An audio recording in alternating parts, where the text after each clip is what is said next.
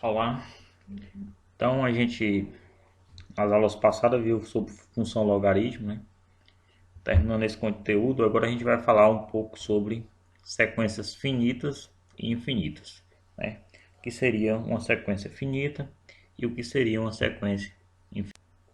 Então, conceito, né? Alguns conceitos. Na lista chamada de sua classe, na lista de chamada, né? O nome de cada aluno está associado a um número natural, não nulo, né?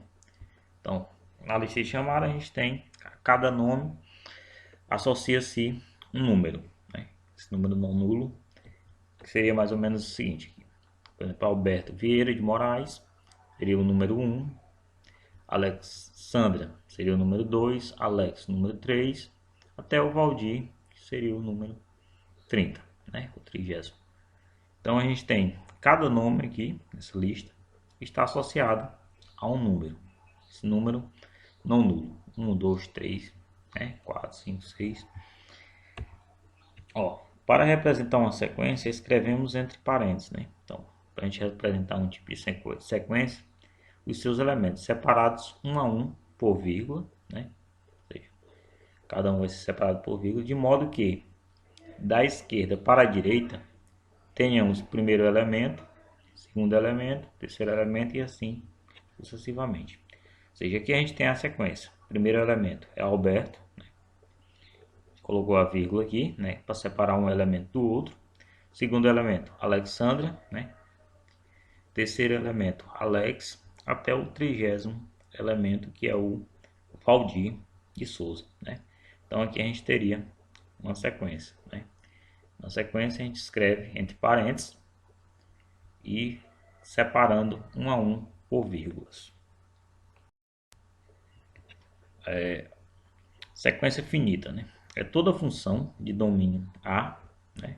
1, 2, 3 até N, tal que esse conjunto A esteja contido nos naturais, né? E contra domínio B, sendo que B é um conjunto qualquer não vazio. Então, qualquer sequência finita é uma função, né, de domínio A, onde esse conjunto A tem que estar contido nos naturais, não nulos, e contra domínio B, sendo B um conjunto qualquer não vazio. Ó, alguns exemplos, né?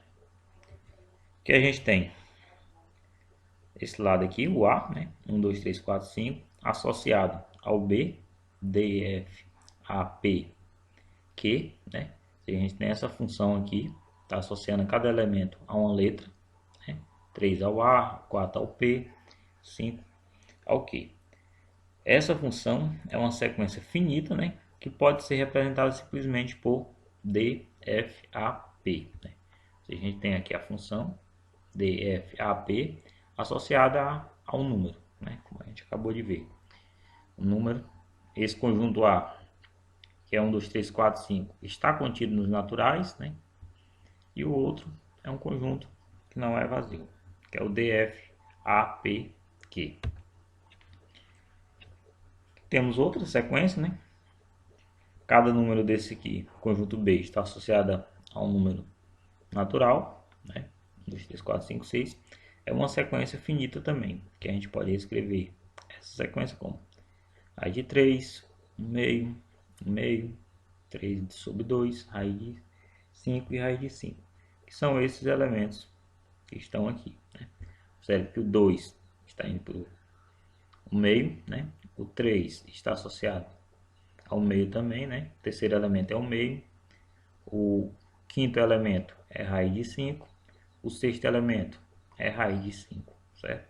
Então, conforme está aqui, a gente escreveu essa função, né? Essa sequência finita entre parênteses, né? Que é a forma de escrever. E sendo separado por vírgula, cada elemento. Sequência infinita, né? É toda função de domínio nos naturais, que é infinita. A gente estava falando do slide anterior de sequência finita, que agora já é diferente. É toda função dos naturais, nulos, e contra domínio B, sendo B um conjunto qualquer não vazio. Ó, um exemplo, seja a função f de domínio naturais não nulo em reais, contra domínio sendo reais, tal que f de n é igual a 2n. Isto é, ó, quando eu tenho o primeiro elemento, vou ter a minha função vai associar com o dobro dele. Então, f de 1 é igual a 2, f de 2 é igual a 4, f de 3 é igual a 6, f de 4 é igual a 8, e assim sucessivamente. Como é todos naturais, domínios naturais, que vai crescer indefinidamente, e aqui também vai crescer indefinidamente. Ou seja, tendo um natural aqui, o correspondente dele vai ser o dobro, né? Que aqui a função é f de 2n. Então, essa função é uma sequência infinita que pode ser representada também entre parênteses, né? 2, 4, 6, 8 e assim sucessivamente.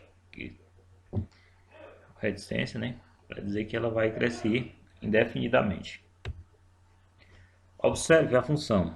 Temos aqui outra função, naturais nos reais, tal que a função g de n é menos 1 elevado a n. Ou seja, essa função aqui eu vou ter o quê? Primeiro elemento, que é 1, né? Então, menos 1 elevado a 1 vai estar associado a quem? Ao menos 1, né? O segundo elemento, 2, né? Que está associado ao segundo elemento, menos 1 elevado a 2, que vai ter 1, né? Então, aqui a gente teria 3, ou seja, os números ímpares, aqui como é menos 1 elevado a n, os números que vão estar correspondendo aos números ímpares vai ser o que? Menos 1. Os que vai estar correspondendo aos pares, né? Menos 2 elevado a menos 1 elevado a 2 vai ser 1.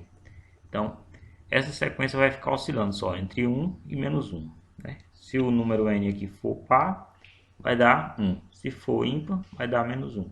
E assim sucessivamente. Ou seja, é uma função, essa função é uma sequência infinita, né, que vai oscilar em quem? Menos 1, 1, menos 1, 1, menos 1, 1, menos 1.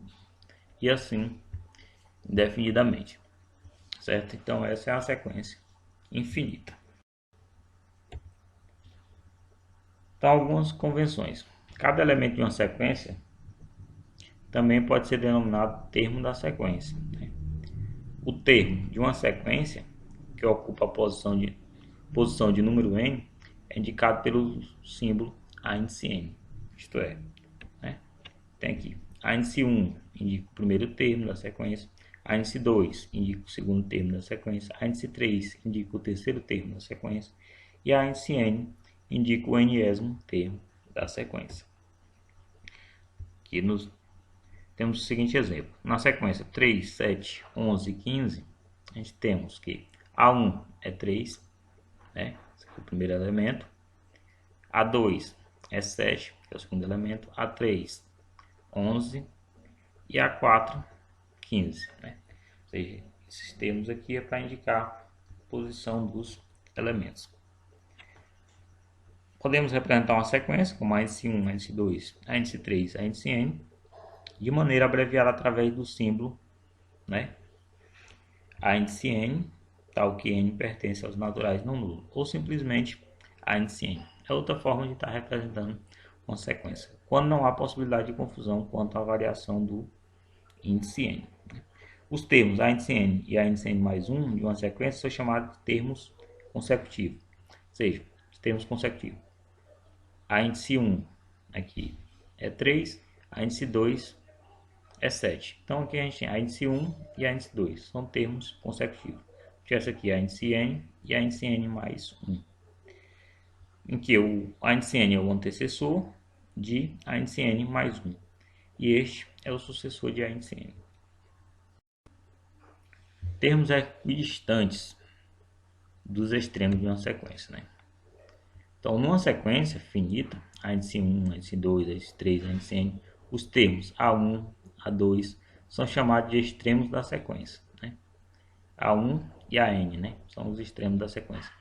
Dois termos, AI e AJ, são chamados de equidistantes dos extremos se e somente se o número de termos que antecede a índice I é igual ao número de termos que sucede a índice J, certo? Um termo, a índice S, é chamado de termo médio de uma sequência com o número ímpar de termos se e somente se o número de termos que antecede a índice S é igual ao número de termos que sucede.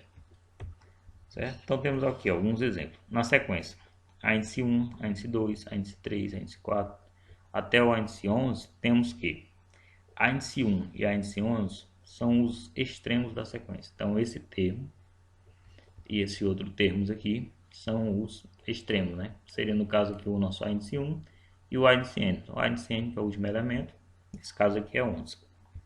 A índice 1 e a índice n são os extremos. Os termos equidistantes dos extremos são a índice 2 e a índice 10, a índice 3 e a índice 9, a índice 4 e a índice 8 e a índice 5 e a índice 7. Ou seja, esses termos são os termos equidistantes. Ou seja, os termos que antecedem o índice 3 tem quantos termos? 2. Né? Os que sucedem o índice 3 é equidistante de quem? De a índice 9. Né? Os que sucedem o índice 9 é o índice 10 e o índice 11. Ou seja, são dois elementos. Então, termos equidistantes são os termos em que os que antecedem são igual aos que sucedem. Né? A gente acabou de falar aqui. O número de termos que antecede a índice 6 é igual ao número de termos que sucede. Ou seja, esse aqui é o termo a índice 6. Por isso, a índice 6 é o chamado termo médio. Né? Ou seja, quem antecede a índice 6 são quantos termos? 1, 2, 3, 4, 5. 5 termos. Quem sucede? 1, 2, 3, 4, 5. Então, quantidade de termos que antecede a índice 6 é a mesma quantidade de termos que sucedem a índice 6. Então, esse índice 6 aí seria o termo médio da sequência. Tipos de lei de formação. Né? Vou falar agora sobre alguns tipos de lei de formação. A primeira lei de formação é por recorrência. Né? O que seria isso? Uma sequência fica determinada se conhecemos um de seus termos. E uma sequência que expresse cada termo em uma função de seu antecessor ou sucessor, o conjunto de informações que determina a sequência dessa maneira é denominado lei de formação por recorrência. Então, considere a seguinte, a índice n, né, tal que a índice 1 é 5, a índice n mais 1, 2 mais a índice n. Temos essa sequência aqui. As informações são, o primeiro termo é 5 e o sucessor, ou a índice n mais 1, 2 mais a índice n. Para todo n. Determinar todos os termos da sequência e a ordem que eles se apresentam, vejamos. O primeiro termo é 5, né, que é o índice 1.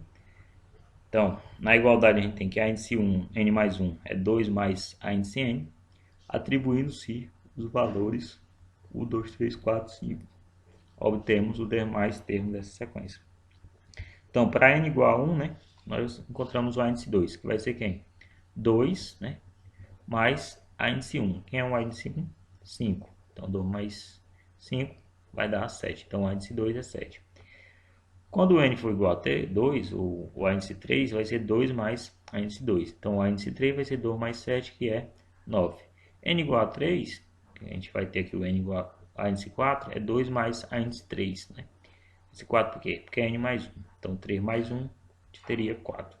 Então, o índice 4 é 2 mais 9. Então, o índice 4 é 11.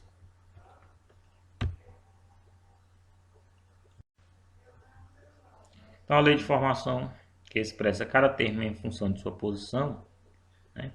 Tem outra lei de formação. Uma sequência fica determinada se cada termo, a índice n, é expresso em função de sua posição n. Né? Então, exemplo.